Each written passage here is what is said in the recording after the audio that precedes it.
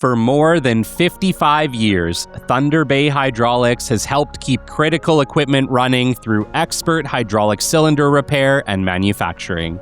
With in-house engineering, precision machining, and decades of real-world experience, their team solves tough hydraulic challenges for some of Canada's most demanding industries. Their mission is simple: a relentless pursuit of zero downtime. Learn more at www.thunderbayhydraulics.com. I had to stop everything. Everything had to stop. I was so deep in. I had burnt out so bad. My nervous system was completely fried. I was living in high fight or flight for months and months on end. The great Mark Cuban once said, "Business happens over years and years. Value is measured in the total upside of a business relationship, not by how much you squeezed out in any one deal." And we couldn't agree more. This is the Business Development Podcast, based in Edmonton, Alberta, Canada, and broadcasting to the world. You'll get expert business development advice, tips and experiences, and you'll hear interviews with business owners, CEOs, and business development reps. You'll get actionable advice on how to grow business. Brought to you by Capital Business Development, capitalbd.ca. Let's do it. Welcome to the Business Development Podcast. And now your expert host, Kelly Kennedy. Hello, welcome to episode 334 of the Business Development Podcast. And on today's expert guest interview, I bring you Ali Stone. Ali is a transformative force in leadership and culture. With over 17 years of experience building powerhouse teams and scaling businesses from the ground up. As the former Director of Leadership Development for Original Joe's, she helped grow the franchise to over 90 locations and $40 million in annual revenue, all while staying fiercely committed to human connection as the heartbeat of long-term success. Today, as the founder of The Inspired Leader, Ali speaks on stages across Canada, runs sold-out leadership summits, and develops world-class programs designed to bring heart, presence, and purpose back to business. Her journey is one of resilience, reinvention, and radical authenticity. From the boardroom to the stage, Ali helps leaders unlock their highest potential, not just by doing more, but by becoming more. If you're ready to lead with impact, build cultures that thrive, and reclaim what truly matters, Ali Stone is the voice you've been waiting for. Ali, it's an honor to have you on our stage. Thanks, Kelly. What an intro. Wow. You're a real wordsmith. Thank you so much. I was like, wow, you're making me sound so amazing.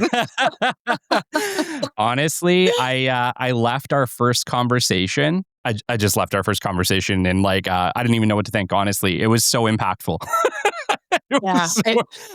I was like, there's probably a handful of stories, like introduction stories that I've had on this show that left me like that. I mean like 3. And you were absolutely one of them. And I remember thinking, holy cow, there's so much here. I'm so excited to have this interview. So here we are. Like we could talk for an hour too. Yeah. Like there's so much to unpack. So yeah, absolutely. So I'm open to where we go. So yeah. Absolutely. Our listeners are in for a treat today. Please start off with the journey. You started out as an entrepreneur at 22. Pretty incredible. Take us all the way back. Take us back maybe even a little bit before that. Who is Ali Stone? How did you end up on this path? I don't know. It was one of those things that ending up in the restaurant industry and hospitality. So I ended up in hospitality after high school. I didn't know what I wanted to do. So my parents, I didn't come from a lot of money. So I didn't have the option just to hop into school and have that paid for. And so the thought of paying whatever, 40 grand for an education at that time was paralyzing to me. So I was like, I'm just going to go to work and I'm going to figure out what I want to do along the way. And always had this intention that I would go to school, I would get some sort of degree, a master's, something along the way. But yeah, obviously this opportunity with Original Joe's came up at 22. And so This was a really interesting experience for us. So my husband and I ended up getting partnered in it together, not married at this time. We actually Yeah. didn't get married until we were like 30. So there's still Wow. another 8 years of this. So really kind of maybe questionable decisions at 22 years old. Sure. But we went on this incredible journey building these restaurants. And I remember saying to my husband, Chris, at the time, I'm like, I don't really want to own restaurants. Like, restaurants don't really traditionally treat people well. It's not a great industry to work in. Like, we've had substandard experiences. We had some great ones, but we had lots of substandard ones. And, I was like, I just don't know if this is what I want to lay my name to. Right. Sure. And he had this dream. Like, when I met him, and I remember we were dating, he's like, one day I'm going to own a restaurant. And I was like, yeah, whatever. Let's have another beer, right? Yeah. And then 2 years later, he's like, we're going to own a restaurant. I was like, oh my God. So it all happened. And so the crazy thing with Original Joe's was I kind of thought when we got this opportunity to buy in that, it would be this one restaurant, this one thing, and that would be it. And Yeah. unknown to us at the time, but Original Joe's was going to go through explosive growth over the next decade. There would be 98 locations by the end of that, and we would have 17 units in our partnership Wow. group altogether. And so we would go from, 20 team members to 550. And so Wow. that journey for me and for my husband, Chris, was very impactful for us. And I always say now that I have like an MBA in business, but just through the hard knock school of learning to run a business because there was no other option. Like, I remember saying to Chris through that adventure being like, one of us needs to go to school. Like, somebody needs to get an MBA. Who's going to run all these businesses, right? But there was no time because the growth was so fast and expansive. And so just one of those really interesting things that life throws at you. And now I look back and I think, oh my gosh, I'm so grateful for that experience because it has allowed me to become the type of leader I am today, right? Without that, I wouldn't have learned those lessons. So, yeah. I think back to myself at 22. I was an idiot, Allie. No way. Like, there's no way that at 22, I would have had the responsibility within myself, or frankly, anybody that I was dating at that point either, to be able to go out and launch a business, let alone commit to be a business partner. Like, holy cow.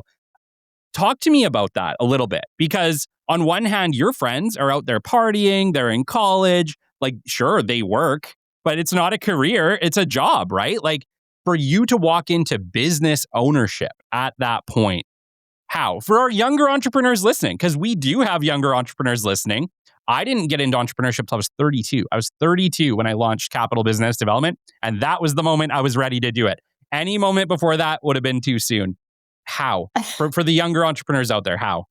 Well, it was messy. It was a disaster. I still partied with my friends and then went and led my restaurants hungover and like all the things.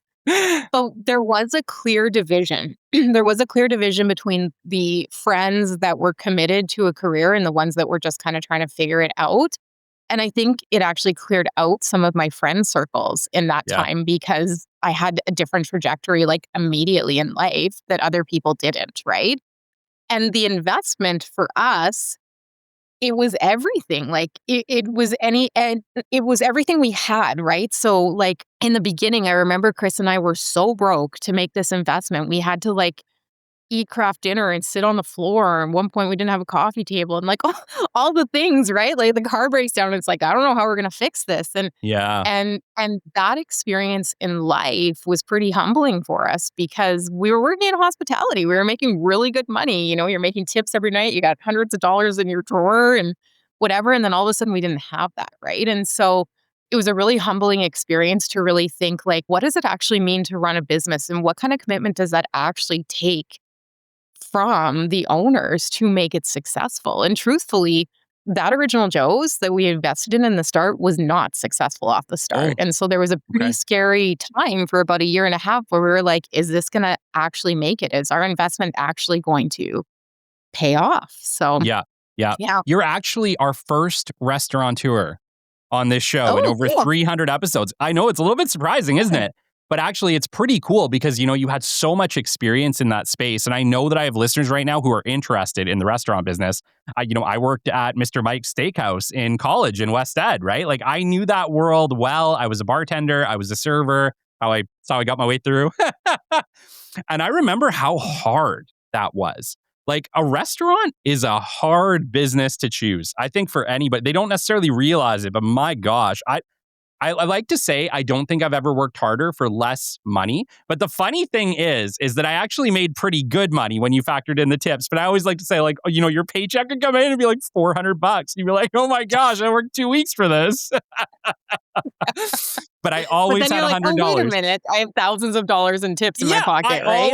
I always had at least $100 in my pocket leaving a night of work. Oh. So yeah, it's a different world for sure. It was a great experience. I actually really liked it. I liked the people. And I think that is what makes a restaurant is the people. The people are Yes. absolutely incredible. And I want to kind of chat with you about that because that seems to be one of the things that you really focused on. And, you helped grow a $40 million business with 17 locations. That scale was kind of on you. You were working on that scale. And I wanted to know, what did that teach you about culture, connection, and leadership? Yeah. Oh my gosh, so much. So in that first year and a half, I'll start back where that restaurant was not thriving. I was so focused on figuring out how to make numbers work, to get sales in, to get people through the door. And I was not focusing on people and team. And so truthfully, I think as a leader in that time, I wasn't really present, right? I wasn't there with people. I wasn't making those connections.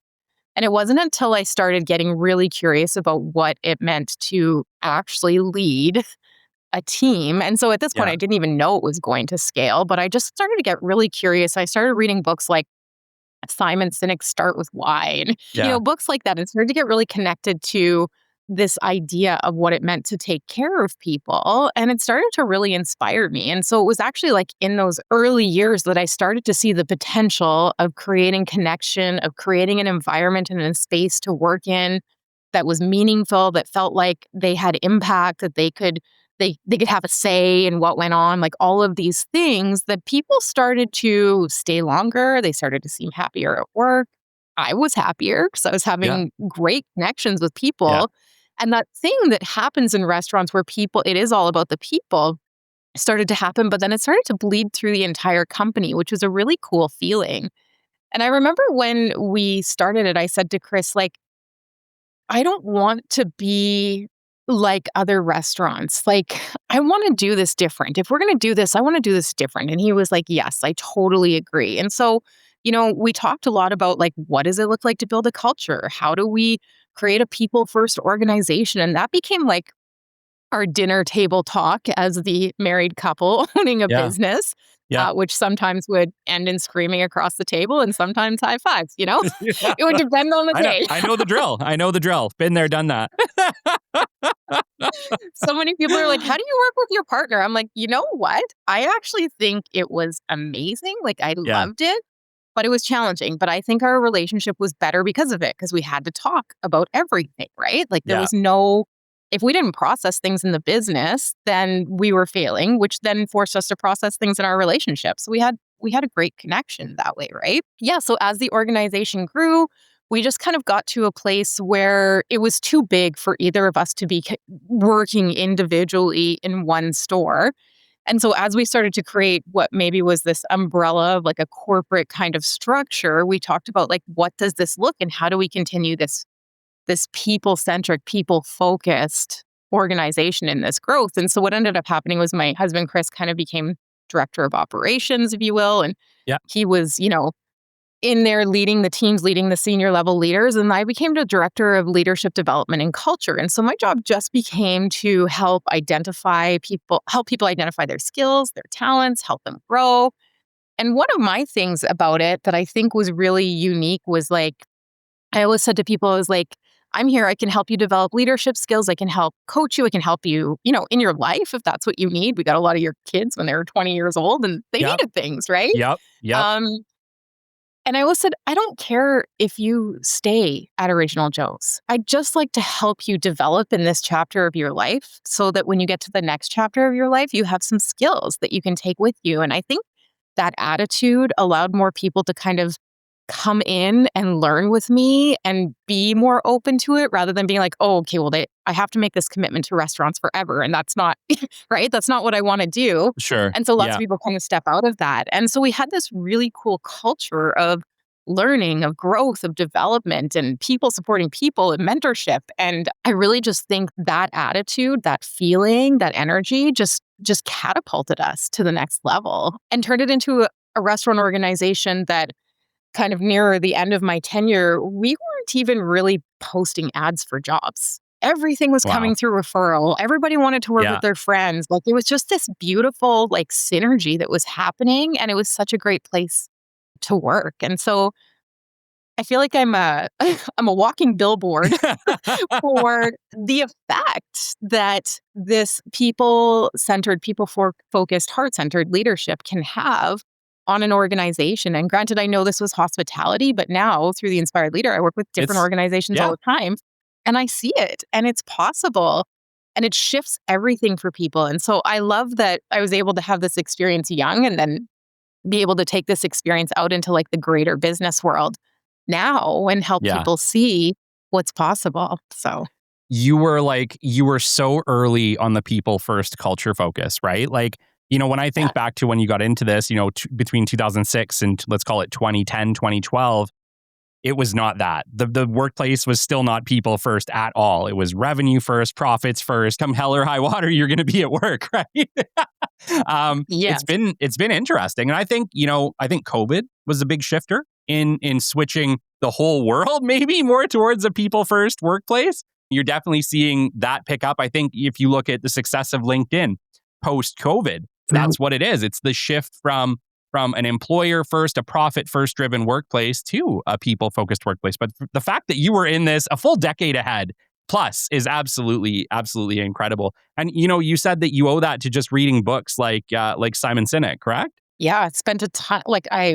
If you can't see around me right now, but I have hundreds of books. I've kept all my books. They all have notes in them. Like, Yeah, it's been, that is my MBA. That is how I did it. And I learned at absolutely. night before I went to bed and right. And so all of those things. And so, yeah, I'm super inspired by people who challenge the status quo. And I'm always looking for that next edge in business, and especially when it comes to people and how we can better take care of them. Quick pause here, and thank you for tuning in and supporting the show. I want to recognize Hyperfab, a Canadian precision fabrication company built by the team behind Hypervac Technologies, supporting projects in both Canada and the United States. They focus on high-quality sheet metal, fast turnaround, and solving complex fabrication challenges when it matters most. Hyperfab is proud to be our title sponsor for 2026. Thanks for listening. Let's get back to the show.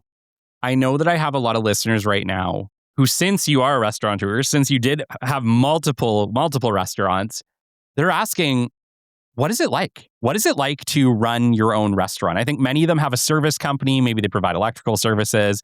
Heck, maybe they sell products, whatever. Maybe they're huge. But I think running a restaurant is a different beast. Can you maybe just give us some insights into what it's like to run a restaurant and then maybe even to scale that into a chain of restaurants? Yeah. You know what? I think it's a lot of people's dream. Like a lot of people came to me over the years and was like, oh, I've always thought about owning a restaurant. And I was like, careful. Because it is intense. I get it. There's some sort of shiny, right, piece to it that's really cool. You can walk into this restaurant anytime, you get food, you can take your friends, right? Like it's pretty Well, it's cool social, thing. right? Like when you picture going to a restaurant, it's always fun, right? It's always fun. Yes. I never think about going to a restaurant and it be crappy. Yeah. It's always kind of an exciting moment, right? Unless you have little boys who fight all the time, then it's like, okay, you dread it a little bit. But most experiences of heading to a restaurant put a smile on my face. And I think put a smile on other people's face. So I think the image we paint to a restaurant, to owning a restaurant is, wow, it must be so cool to be that person. Yeah. And so there are times where it is like that. And then there are times where you're like, holy God, what have I gotten myself into? So what I will tell you that I have learned like since leaving restaurants is restaurants to me are one of the most complex business models in the world. The amount of inventory, the amount of intricacies, the amount of moving parts. Like when I look at other businesses now, I'm like, oh my gosh, this is actually so easy. I can see this all for you after everything, going through everything in restaurants, right? So there are so many pieces below the iceberg that people Yeah. just don't see. And then where we're talking too, with this team piece, right? This team piece is everything. Because if you can't get that, they're basically your people that are working in your restaurant. They're basically, and I know this is true in other businesses, but they're basically running your business. They're basically running, they probably told you this at Mr. Mike's. Your section is your own business, right? That's You go right. out and Yeah, make your money. But absolutely. the truth of the matter is that has to be a real feeling, a real thought, a real action, because if that's not happening, your business is failing. And I see Yeah. restaurants fail a lot in that lack of connection and that lack of belief in what people are doing. So, Okay, so now that you touched on the failure aspect and the success aspect, for our listeners listening who maybe are aspiring restaurateurs, two questions. First, what makes a restaurant business successful? Like, are there some tips that you could give them that could just give them that slight edge in launching the restaurant and having it become successful fairly quickly? And then what are maybe, let's call it the three things that you see that lead to a restaurant's downturn? Mm. Well, I definitely think what makes a restaurant successful is not the food, not the location, not the beer. I think it's the people. And I also think that leads to the downturn too. So I think Mm, it's so incredibly important. We used to sit around in our area team and we used to talk about how the food, the building, the environment was just the ante into the game.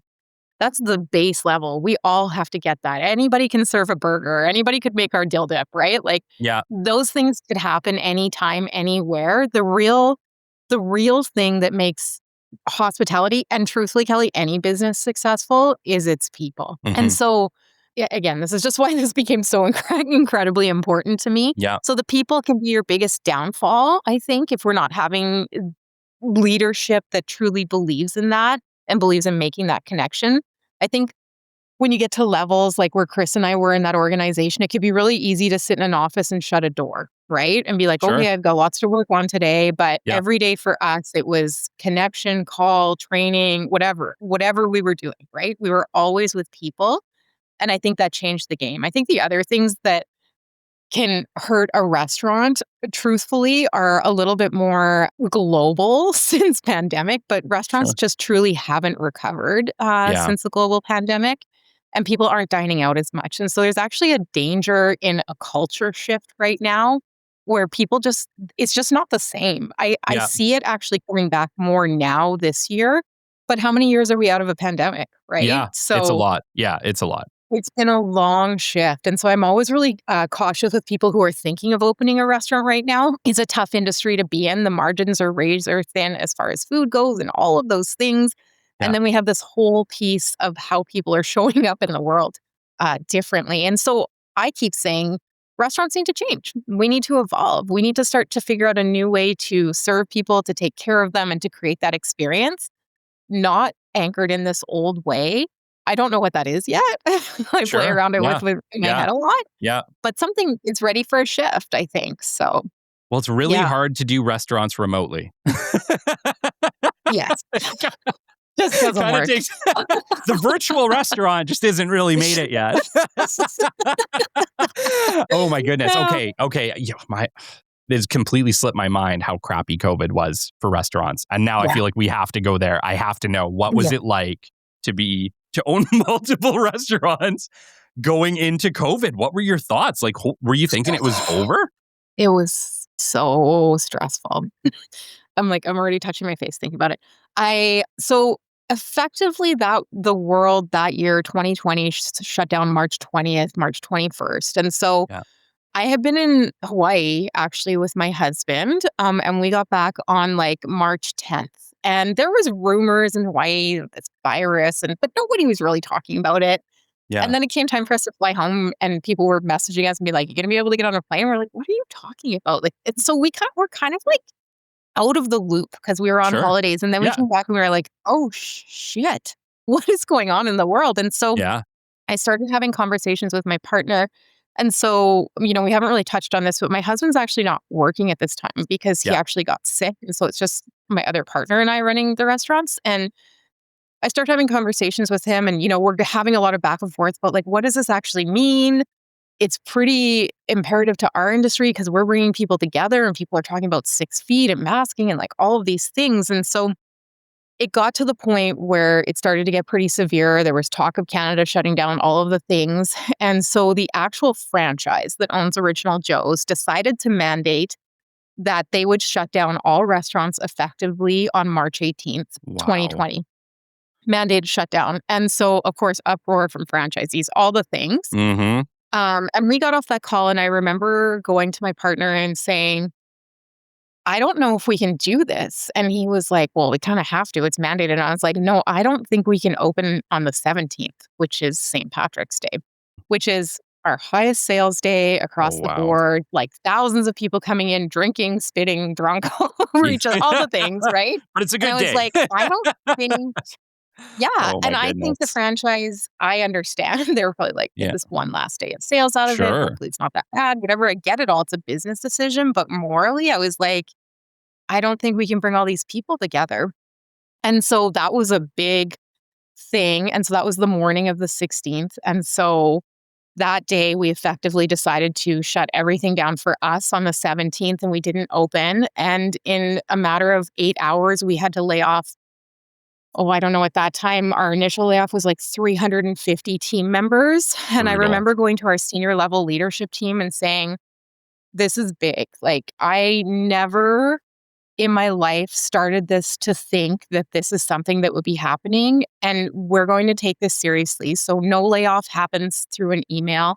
Mm-hmm. I hope it's through a one-on-one conversation or through a phone call, no text. And so by the end of 8 hours, we had actually effectively talked to all of these people and tried to ease some of their concerns. But truthfully, none of us knew what was happening. Yeah. And that was when I started to convert this office in my house. I remember at the end of the day and I just laid down on the floor in here and cried. I cried. Yeah. And I remember Chris came up and he was like, are you okay? And I was like, no, like I am not okay. I don't know what to do. And my phone was just, it was just like, right. Of Everybody course, texting me, being like, what do we do? Yeah. Looking And for so it leadership was because so they're scared. scary. Yeah. It was so scary. And so, people in hospitality traditionally live paycheck to paycheck, right? They Yes. rely on those tips. That was paying their rent. That was paying their car payments. Like, Yeah. it was so scary. And so then the conversation shifted to, well, like, how can we take care of these people? How can we take care of these people in this time? What does this look like? Do we have finances to pay some paychecks for a while? We didn't. Yeah. And so what actually ended up coming out of it was like, we were like, we can't pay your paychecks. We don't have that kind of money in the bank. But what we can do is feed you because we actually get food quite cheap. Yeah. And so we kept food coming into our restaurants. And this was a way to actually keep some of our team employed. And we would hire some of our chefs to come back in for hours and they would actually create meals and put them in boxes. And then our team would take turns. They would book times to come in and effectively like fill their fridge. And so we were like, if you live alone, take enough food for you. If you have a family of 4, take enough food for your family of 4. We want to feed you so that you can save the money you have left to make sure you still have a roof over your head, or you can make that car payment so it doesn't go in a repo or like whatever. Oh my gosh. And that was really It is not impactful. very often that I get teary on the business development podcast. Wow. You know what? That one hits me hard because I've been there. I've been that person. Yeah. I've been that bartender. I've been that server. And I couldn't imagine at that time what it would have been like. Yeah, that's amazing, Yeah. Ellie. Yeah. We called Thanks it for doing full that. bellies. You know, I mean, on behalf of ex-servers and servers everywhere, that's a lot. That means a lot. Yeah. I feel like Wow. it was the least we could do. Like, I feel like, the way you're crying, I was crying every day, right? brutal. And then I would get these messages from people that they would pick up their first round of food and they would be crying and they would send me pictures of them holding this big bag of food and being like, I don't even know what to say. Like, I didn't even know how I was going to eat this week. And like, I just kept thinking, frick, I am so lucky that I have a sharehold and like, I don't even know if I'm getting money out of this, but at least I have some money in the bank and I'm going to be okay and I can pay my mortgage. Like there are so many people who are going to be struggling right now. Yeah. And that was part, Kelly, of the whole people first, like, leadership in Original Joe's, it was about taking care of our people, like, inside our four walls, but also outside of our four walls. Like, we did so many things to take care of our community, to take care of people in need. There was a few years pre-pandemic where we did something called Delivering Compassion, where through the cold months of the year, our whole team would come together. We would make soup and sandwiches and bake cookies, and then we would go out and feed people on the streets. And then people started donating clothes, and it Wow. turned into this whole thing. And so we've done some pretty amazing things, and they've given so much of their time. I just thought, oh my gosh, like this, I hope that this shows some of the gratitude that I have for all of the things that they have done. And Yeah. so it, not that it worked, that's not the right way to say this, but it helped. Our turnover rate was, I think, less than 12% at the end of the pandemic. Wow. Lots of restaurants weren't even able to open their doors or open for regular hours. Yeah. And we were able to get back to it quite quickly. But a lot of people left. A lot of people left hospitality through the pandemic. Of And it course. Yeah. was, a really interesting time. Yeah. It's Yeah. and it's experienced so differently by everybody, right? Like everybody has a different experience. The funny thing about the pandemic was it was the kick in the butt I needed to start Capital Business Development, which eventually led to the show and everything else that we do, right? Like it would have never happened, likely. I was comfortable. I had a great job. Like I got paid well. Everything was good and cushy. Like the idea of leaving, and I helped found that company. So I'd been there a really long time, 10 years at that point. And so I wasn't going anywhere without the kick in the butt. And it's funny because we talk about it all the time on the show. It's like entrepreneurship really requires the rug to be pulled out from under you for a lot of people in order to take that leap. It's been one of the greatest experiences and one of the hardest experiences of my life. It continues to be that. I was actually having a really hard week this week, and we'll get into that a little bit later. After following one of the best weeks I've ever had, I'm kind of experiencing like a little bit of like depression or like the downturn of the roller coaster, right? Yeah. But before we get into that, I want to get into that with you. But before we do that, I want to talk about Tokyo. Now, your husband, Chris, he's a marathon runner, and he's been doing stuff like that for a really long time. And it's incredible. You were telling me the distances he ran, and it's unreal. And you mentioned that he was running a race in Tokyo, one of the hardest races on earth, if I remember you correctly telling me. And something crazy happened. Yeah. Yeah. So Chris is a competitive marathon runner. He still is quite competitive Okay. in his times. Even for his age, he's old man now in marathon years. I know the feeling. I got gray beard. I was looking at pictures of myself from like 4 years ago with a fully black beard, and I'm like, oh my gosh. Chris always says that too. He's like, I'll just embrace the salt and pepper. I'm like, it's just for men. It's up to you. So that's right. So basically it was one of those things that, happen in your life that changes everything. So we went to Tokyo 2018, pre-pandemic. Chris wanted to run there's 6 or 7 world major marathons, and when you do that, you get this like crazy marathon medal. And very few people like achieve this, right? Yeah, especially at like an elite status. And so he wanted to run this Tokyo Marathon. And I remember when we got out there, I remember feeling like something wasn't quite right with Chris and asking him about it. But also, we just traveled like halfway around the world, and like, we were both jet lagged and tired and all the things. Yeah. And so he goes out, he runs this Tokyo Marathon. He trained to run a sub 2:30, which is getting pretty close to an Olympic time. Other countries would actually send him at 2:30. Canada requires faster time, but he runs this marathon in 2 hours and 32 minutes. And so for anybody listening that knows about marathons, this is like sprinting with the Kenyans through an entire marathon in Japan. It's crazy to watch. Like, it's just a whole thing. I've seen him do it over and over. And so the night after the marathon, I wake up in bed, and I'm freezing cold. I'm soaking wet. And I remember like touching my body and being like, what's going on? And then I turn on the lights. I realized it wasn't me, it was him. And he was in a coma. He was profusely sweating. The bed was completely soaked, like drenched, Kelly. Yeah. And I was like, so that was a crazy moment. By the time we got to a hospital, he was conscious, which was good. Mm-hmm. They ran every test they could think of on him in Tokyo and couldn't find anything wrong with him. So he tested positive for the flu. 2018. Nobody cares. Yeah. And they were just like, you have a couple options here. We don't really know what's going to happen. We don't think he's going to have an aneurysm or anything like that. We've done all the tests. So you could like take him home to Canada and you can get him to a hospital there and see what's going on. Or you can stay here if you feel safer doing that. But at some point, your insurance is going to run out. And that one day in the hospital was probably like 25 grand. Like it was crazy. I remember when we got into the ER to see a doctor in Japan, you have to put a credit card into a machine.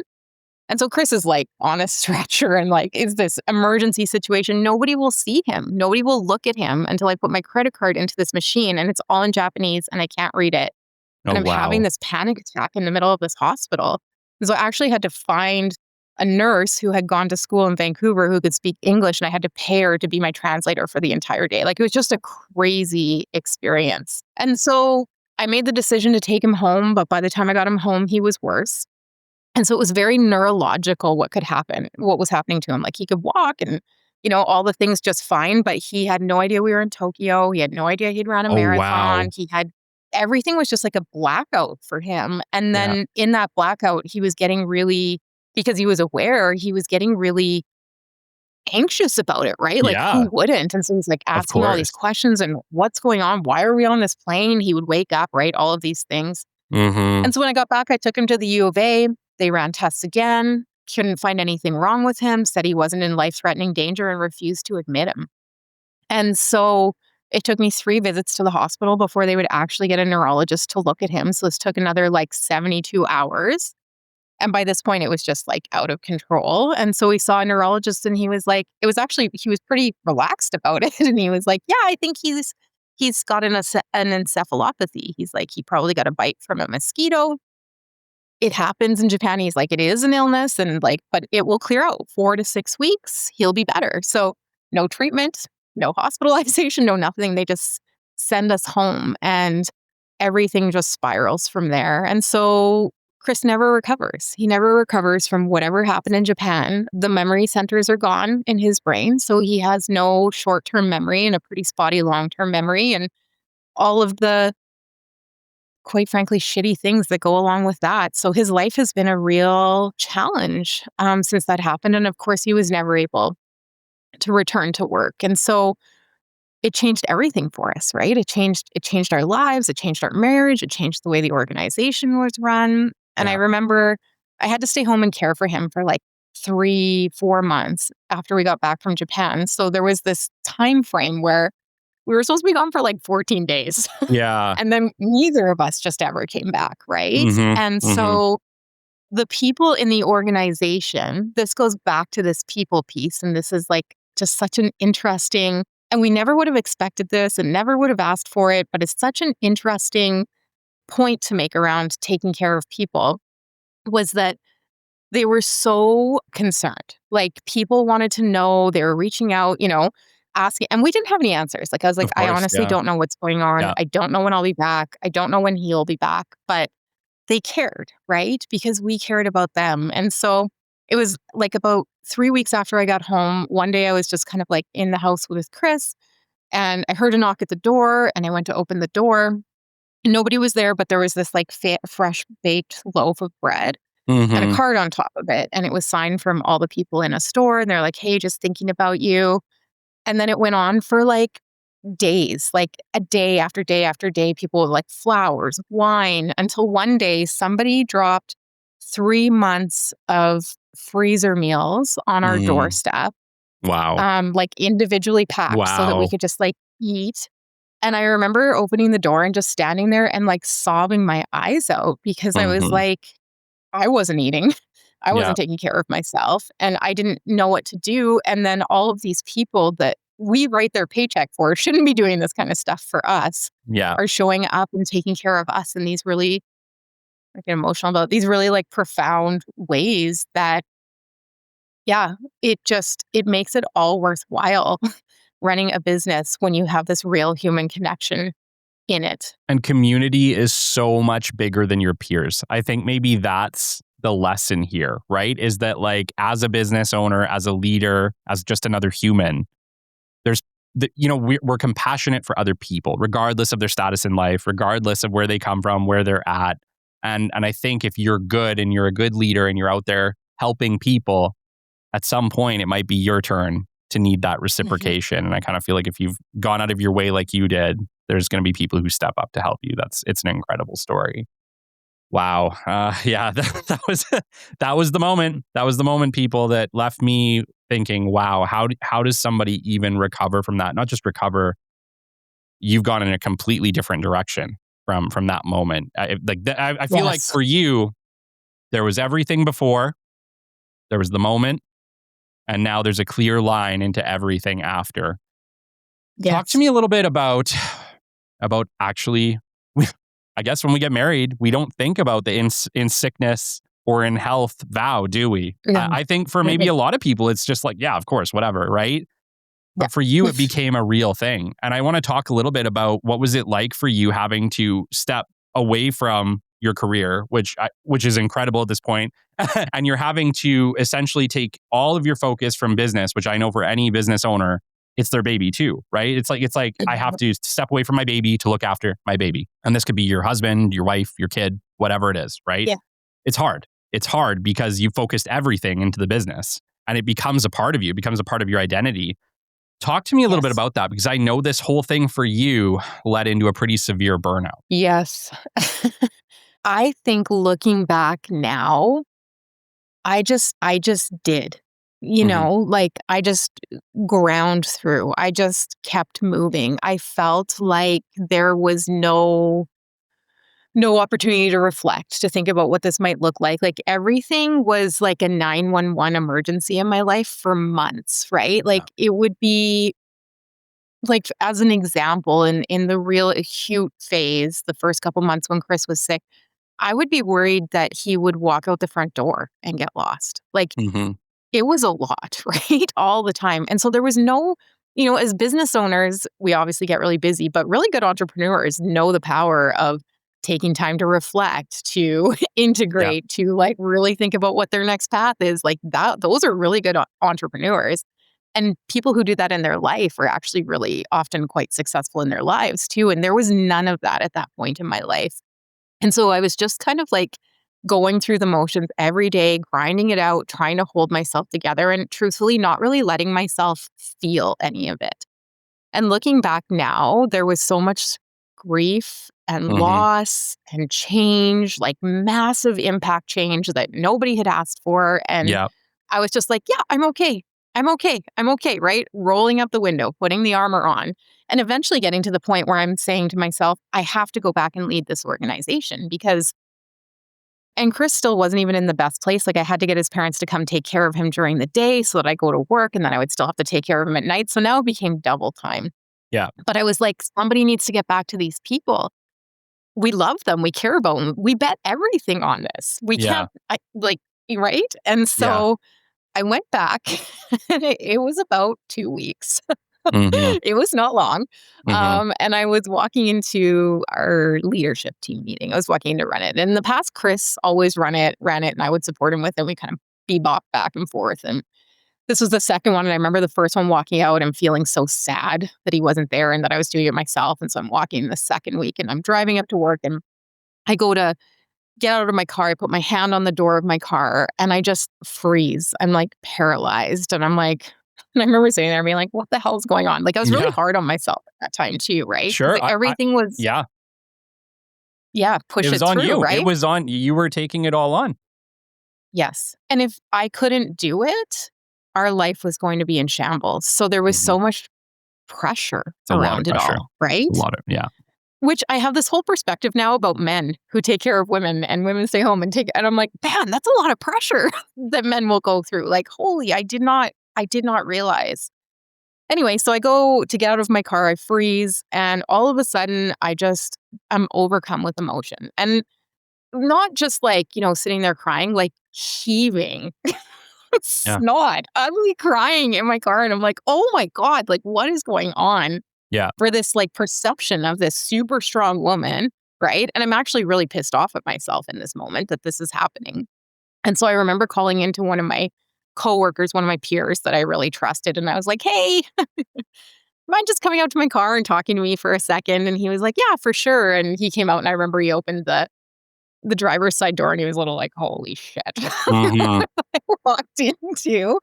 But he was so kind. And I remember he just kind of like kneeled down and he put his hand on my leg and he just kind of waited. And then eventually, through ugly snot tear crying, I said, I just don't think I can do this. And he was Yeah. like, that's okay. Like, you don't have to do this. He's like, I Mhm. don't know why you think you have to do this. Nobody expects you to do this right now. And that was really profound for me. And he was able to give me the opportunity to allow myself to see through my blinders and start to think differently. And that day, I didn't go to work. Yeah. He covered for me. And I remember I started driving home, and then I thought in my brain, I can't go home because if I go home, I have to take care of Chris and I need to take care of myself right now. And Yeah. so I went to my sister's. I broke in. I know her door code. It's given actually break in. I went to my sister's and I went to her basement and I just crawled on her couch. And I remember I grabbed a bunch of blankets and I cried and I fell asleep and woke up like 4.5 hours later. Like, I don't think I'd actually even like slept. And I remember sitting up in her basement and kind of like sitting and like waking up and being like, oh, that was a day. Like, what happened today? Yeah. And then thinking, holy shit, if I don't figure this out, I'm not going to make it.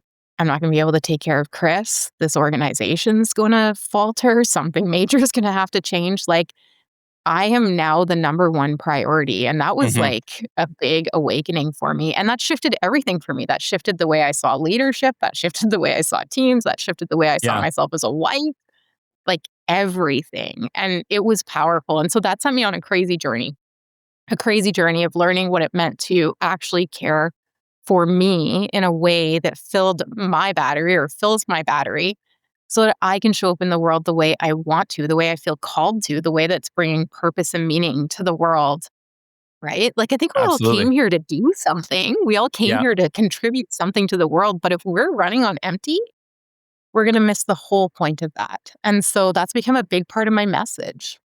Yeah. Oh my goodness. And I would like to say that I was like insightful and saw burnout and believed it was a thing until I experienced it myself. And I think a lot of entrepreneurs feel that way. They're like, oh, whatever. Like that won't happen to me. And it's not in your control. I think that's like the No. surprising thing. And you kind of talked Yeah. about like that breaking point. Like you didn't wake up that day thinking you were hitting your breaking point. It just happens. Mhm. It's just like, holy shit, I'm in some serious trouble, right? And your response can be everything from a full-on panic attack to depression to whatever. You don't know what's coming for you whenever you Yeah. go through burnout. It's pretty crazy. And I've gotten to the point where now I can start to recognize the signs. Like I'm a high performer. I'm very similar to you in that aspect. I want to do a lot of things. I do a lot of things, but I regularly feel like I push up against that wall and I'm like, okay, I need to get out of here. I need a vacation. I need to get away for a week or whatever. A week is a lot right now, but let's call it a weekend and just reset, right? Yeah. But I thought it was bullshit when I first got in. Heck, when I started the show, I thought it was bullshit. I talked to a lot of people who were like, oh yeah, you got to watch out for burnout. I'm like, burnout, whatever, right? But it's but it's a real deal thing, people. It's a real deal And if thing. you end Yeah. up in it, you can be in a world of hurt. And I think maybe one of the It was valuable things that you could offer our listenership today, Ali, how the heck did you pull yourself out? I had to stop everything. Everything had to stop. I was so deep in. I had burnt out so bad. My nervous system was completely fried. I was living in high fight or flight for months and months on end. And my body was just like, no. It's like the Gabor book when the body says no. It's just like, nope. Yeah. No more. My mind couldn't even fight through it. There was nothing. And so I talk a lot about this with leaders now. This is a big part of what I offer because I believe we miss out on an opportunity when we hit that burnout and also recovery. I can easily start to burn out again now that Yeah. I've burnt out a couple times in my Yeah. life. And Yeah. so you have to be even more careful once that's happened once or twice because now your body can tip back into that experience quite easily. Mhm. And the recovery time, I think, just becomes longer and longer until at some point you just can't do it anymore. I guess it's different for everybody how they pull themselves out. But I think Oh, you yeah. can end up in this position and you can be like, my world is over, right? Like if you're an entrepreneur Yes. and you're a high performer and you hit a burnout like this, you could think it's all over and you're never going to bounce back because in the moment it feels like there's no hope. Also, if you're a solopreneur, you could lose your business. Yes. If your business thrives and not thrives with you, Yep. This is more important than ever, this conversation, right? You need to be your top priority if you want to have a thriving, successful business. And that is the inspired leader now, that the Yeah. business does, it generates revenue on me, right? And Yes. so if I Yeah. can't show up, if I can't go to these keynotes, if I can't speak at these conferences and handle this travel and do all these things, it's not happening, right? And we're right back to square one. And so that's super important. And I think coming out of burnout is one thing, but one thing, Kelly, that I think actually maybe is even more important, or people are starting to feel it, is to recognize the signs Mm-hmm. before you get to burnout. Are you What? starting to feel like annoyed, tired, frustrated at the end of days? Are you having a hard time staying up past like 7 o'clock at night? Are Yeah. you short with your family? Do you have a short fuse when you get home? These are all signs that your battery is running low, your internal like energy cylinder. And if that's running low, if you don't Yeah. have the capacity to show up in your life in these ways, those are signs that those things are coming for you. Isn't that just entrepreneurship? Yeah, it's pretty intense. Wait a But second. I I actually think, because now I'm experiencing it in a whole different way, and for sure I have weeks, like, I have weeks that I'm like, "Oh god, like, that was awful." Yeah. This is actually one of those weeks. It's been a little intense for me, but I Me have too. many weeks now where I'm like, "Nope, that was awesome. It was super Yeah. balanced. I felt energized after my calls. Everything was, like, great," right? Like, and Mm-hmm. so we're never going to find that harmony if we don't focus on it, if we don't think about it, if we don't start to ask ourselves how we're feeling at the end of each day or when we start a day or after an interaction, right? Like, this is an energizing conversation right now. We're both kind of giggling and laughing and getting lots out of it. So we're You both bet. going to leave it and feel good. But if you're Yes. having those conversations that aren't filling your battery, you really need to ask yourself why you're doing them, right? I think a lot of things, especially as entrepreneurs, we don't let go of things fast enough that aren't serving us, right? And I know I'm Yeah. guilty for that. I know many people that are guilty for that because we get used to doing all these things. And instead of taking things away, we just add one more, add one more, Yeah. add one more until one day you're doing so much, you can't add one more and your body just snaps. Yeah, totally. Totally. It's in my MSBR training. I think it might be Kabat-Zinn, but he talks about overwhelm and how when we start to use that word, that's the first sign. So as an entrepreneur, if you're trying to say, "Oh, I was really overwhelmed this week," or "I'm Mm, overwhelmed today," yeah, that's a sign you're on a track to burnout, and you need to pay attention to that because that is the first stage. We're interesting. starting to contract our view. We're starting to be like, "Oh, this is too much. We're not expansive anymore." And as Yeah, entrepreneurs, when we are not expansive, we're not growing, we're not building our businesses, we're not taking care of our people. So yeah. this mindset stuff is so incredibly important. My gosh, I wanted to talk to you, and this is the thing that I was getting to earlier. Last week, I had probably one of the craziest, most incredible weeks that I've had in podcasting, entrepreneurship, you name it. We actually got nominated for Podcast of the Year and for Best Business Podcast 2025 on the Quill Podcast Awards. So we were top three. So we'll Oh, judging, fingers still crossed. I don't know till Tuesday.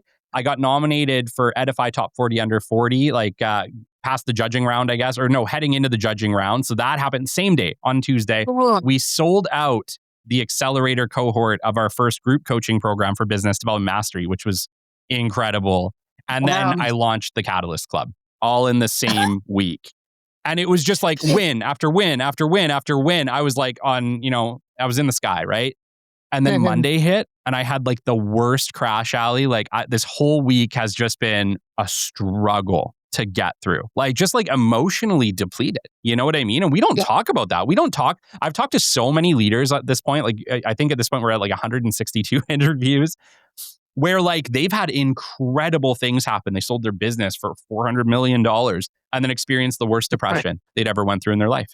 We don't talk about like the crash after high achievers experience. And I think it's on a regular basis. Like at this point, I've had things like this happen, I think probably 3 or 4 times where I had a crazy good week followed by just feeling depleted, sad, unable to keep up with life, like a struggle, like a true struggle with Yeah. family, Yeah. just everything. It's like it all comes crashing down. I'm not sure if there's a word for it yet. Maybe I've heard like the entrepreneurial roller coaster being one of them. Mhm. But have you experienced that? Oh, yeah. I experience it every time I leave a keynote. So Okay. when I do a keynote at a conference and there's like 500 people in the room and there's this energy and this vibe and people are vibing with me and Yeah. they're laughing and crying. And then I'm talking to everybody in there. And then I walk out and the next day I'm alone. I'm like, Yeah. it's Right? the weirdest thing. Yes. Yeah. And so I actually think it's really natural. I think it's normal. I think actually it's probably part of our nervous system too, and it probably has to come back down and it has Mm. to re-regulate. And it's kind of like the swing of the pendulum. Well, So, and it's we one of those swung things all the way out there. I Hmm. feel guilty talking about it. Oh, Like, because it's like, shut up. Like, I can already hear is people everything say, so like, good? you Yeah. just had such an incredible week. Like, you're on top of the world. Shut up. Stop complaining about how hard your week is, right? Like, Oh, and it's funny because this was one of my very first posts in the Catalyst Club because it just was so relevant to this week that I had to go in there and talk about it, where it's like, hey, have you experienced this? Because I should be feeling great and I'm feeling kind of crappy right now. And, yeah. on the one hand, it's one of those things, and we talked about this, and I want to get into it with you, where you can be authentic to a point, right? I feel like you can be authentic to a point, especially on a thing like LinkedIn. I always preach authenticity like everybody is doing. It makes sense.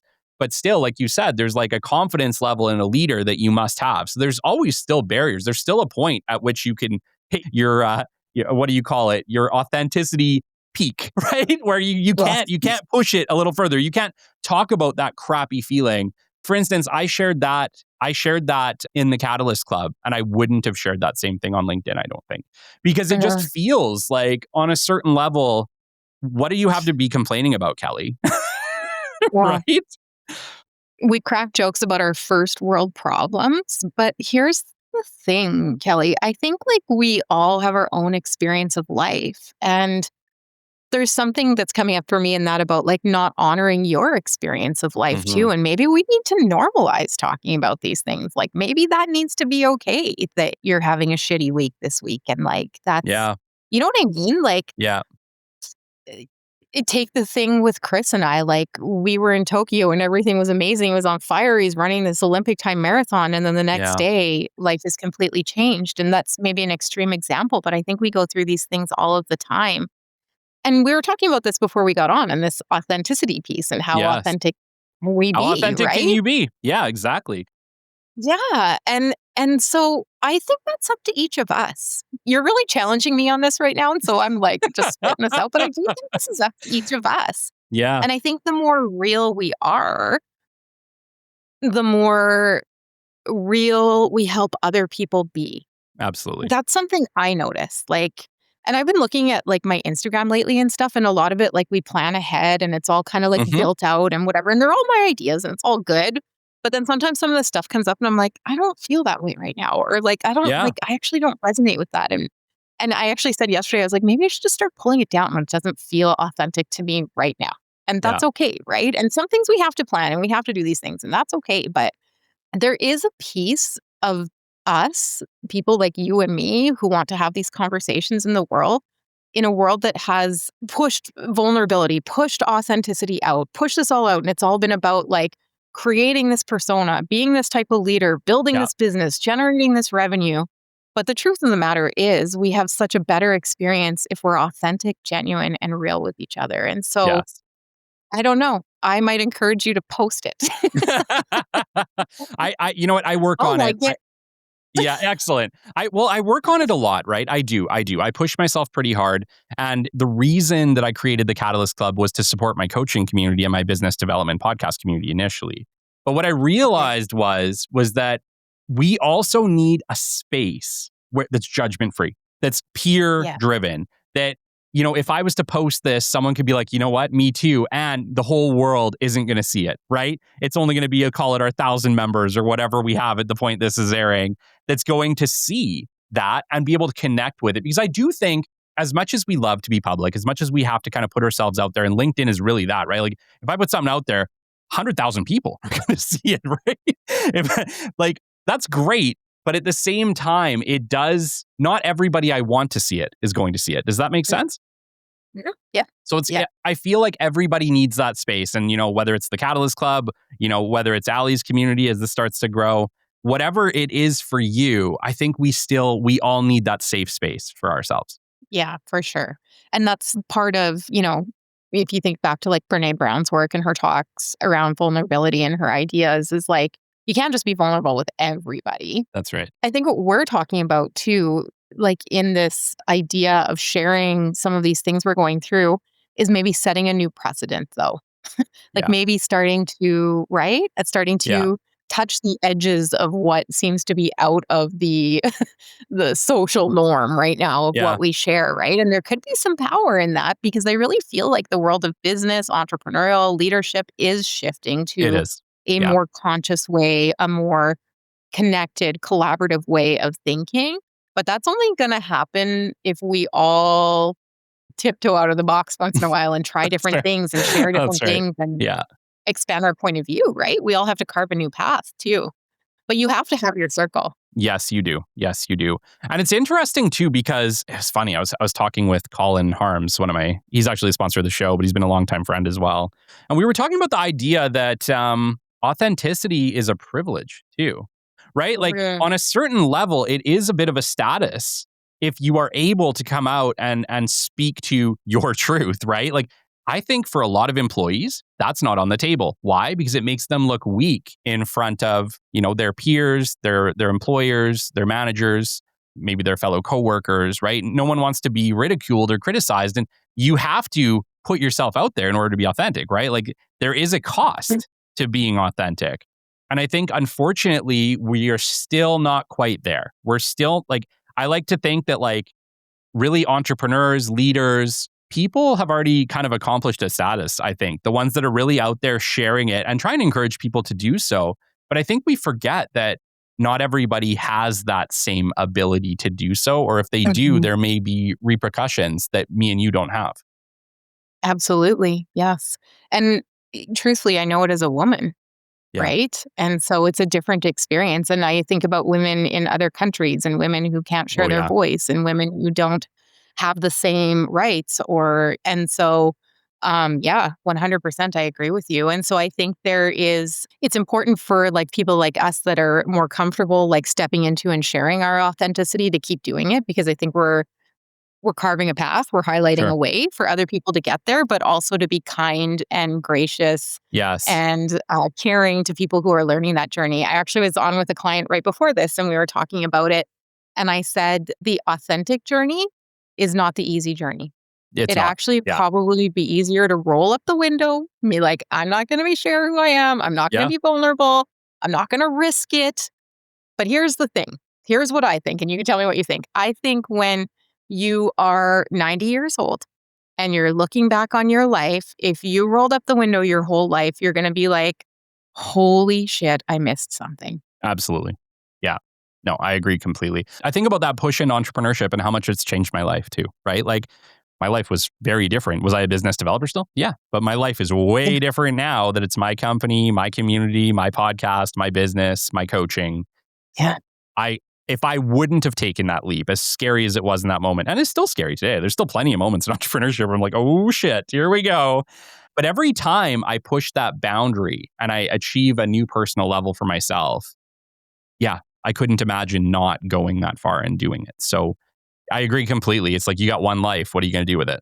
And fear is big, right? I mean, It like we is. talk about the mindset stuff in coaching and in entrepreneurialism, and fear is huge. And so to move out of that fear state where we're afraid to be vulnerable or authentic or whatever that is, that happens in baby steps. That happens in micro steps. Like Yes. I didn't learn to be authentic and share my voice overnight. That took a lot of, yeah, baby steps, courage, growth, setbacks, Yes. failures, Yes. saying things that were stupid and then being like, I didn't even recognize that's why me, I do that. I right? do that every day. I'm just okay with it now. I think we That's- become more accepting of ourselves. yeah. Like I might listen to this later and be like, oh, I totally didn't even mean that. But like we just kind of got to be who we are and Yeah. and just show up as authentically as we can, right? So Absolutely. yeah. Absolutely. Well, we've been talking about it. What the heck is the inspired leader? That was the transition out of the major life change. I recognized, after a year or two of being back at the restaurants that who I was as a person had changed. And my heart truly just wasn't in running the restaurants without Chris. And so I ended up mentoring and training a new director. I mentored her for almost 2 years, so quite a while, and slowly at the same time built the Inspired Leader and transitioned out. And my initial idea was that it would be a executive coaching company for women executives and Yeah, leaders, maybe entrepreneurs. Definitely had that to bring to the table too.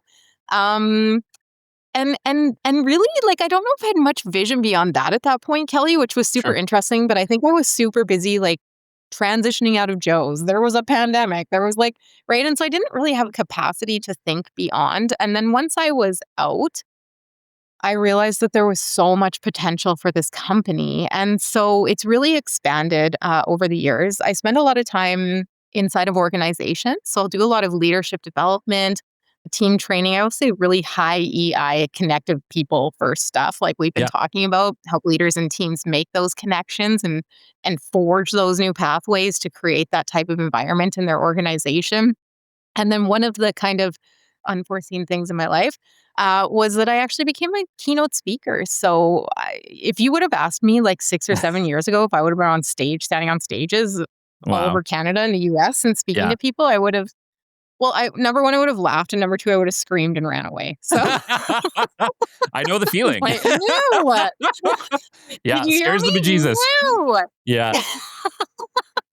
So that's been really interesting. And I actually like really resisted that off the hop. But the more times I went in and shared stories about Original Joe's, stories about building culture, stories about me and Chris, I recognized that every time I walked out of those rooms, there was a profound impact in the audience. And Mhm. people were genuinely moved and not just moved in the moment, like inspired, but moved to shift. Like people would reach out to me after and be like, such and such is going on in my life. How do you think I can handle this? I'm not happy. I need to, and just like all of these things, or this is happening in my organization, or we had this tragedy in our organization and I just don't know what to do with it.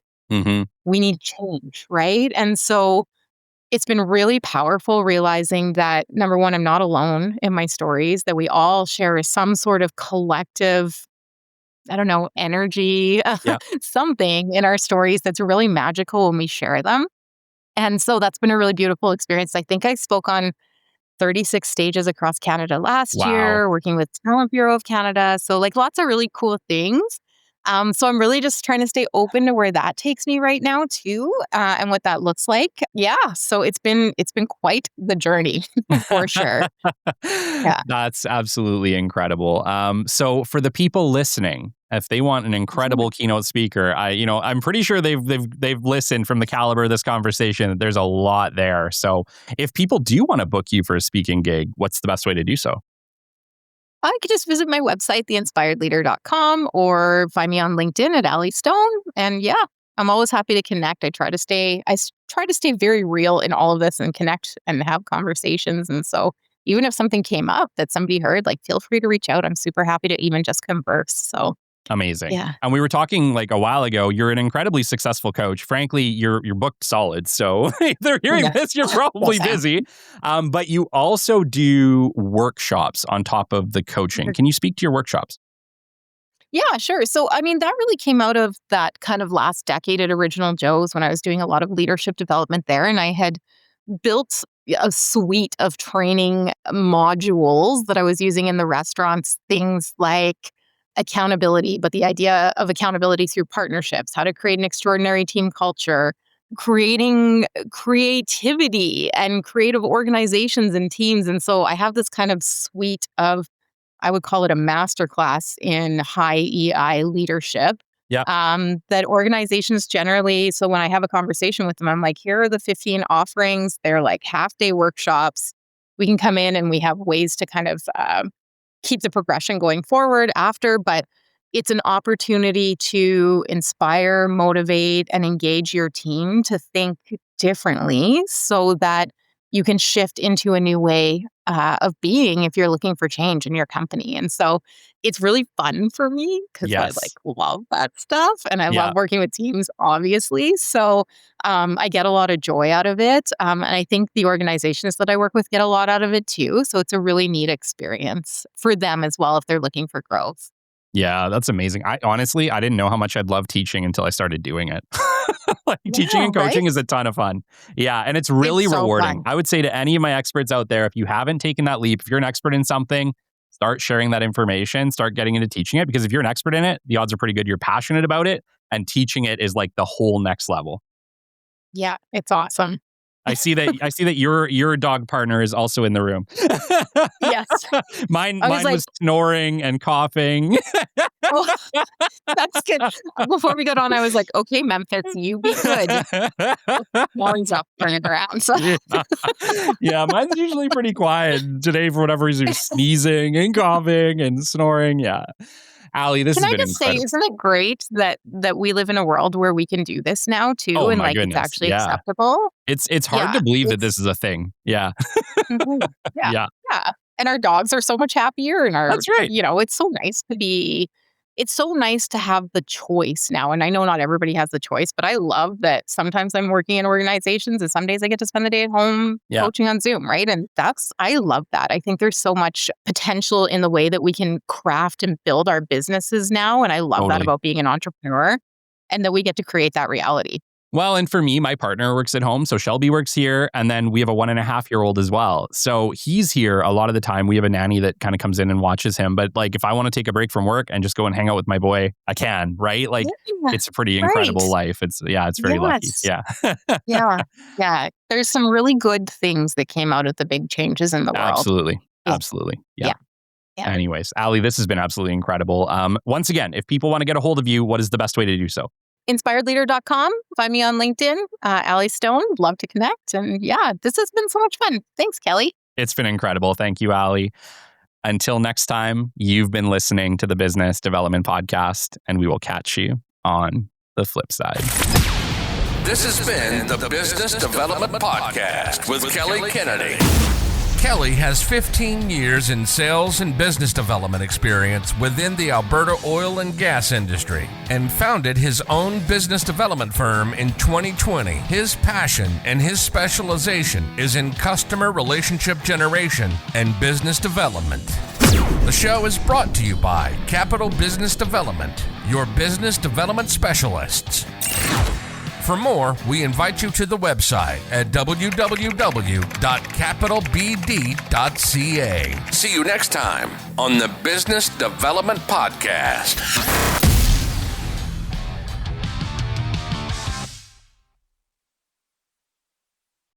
Imagine pulling into your garage and watching your car disappear into the floor or rise into view like something straight out of a movie. That's what Atlas Elite Lifts delivers. Atlas creates stunning car lift systems designed for luxury homes, high-end condominiums, premium dealerships, and commercial spaces where design matters. These systems are not just engineered for performance. They're designed to become part of the architecture itself. And honestly, it's something you have to see to believe. So beautiful, it's Batcave ready. Visit www.atlaselitelifts.com today.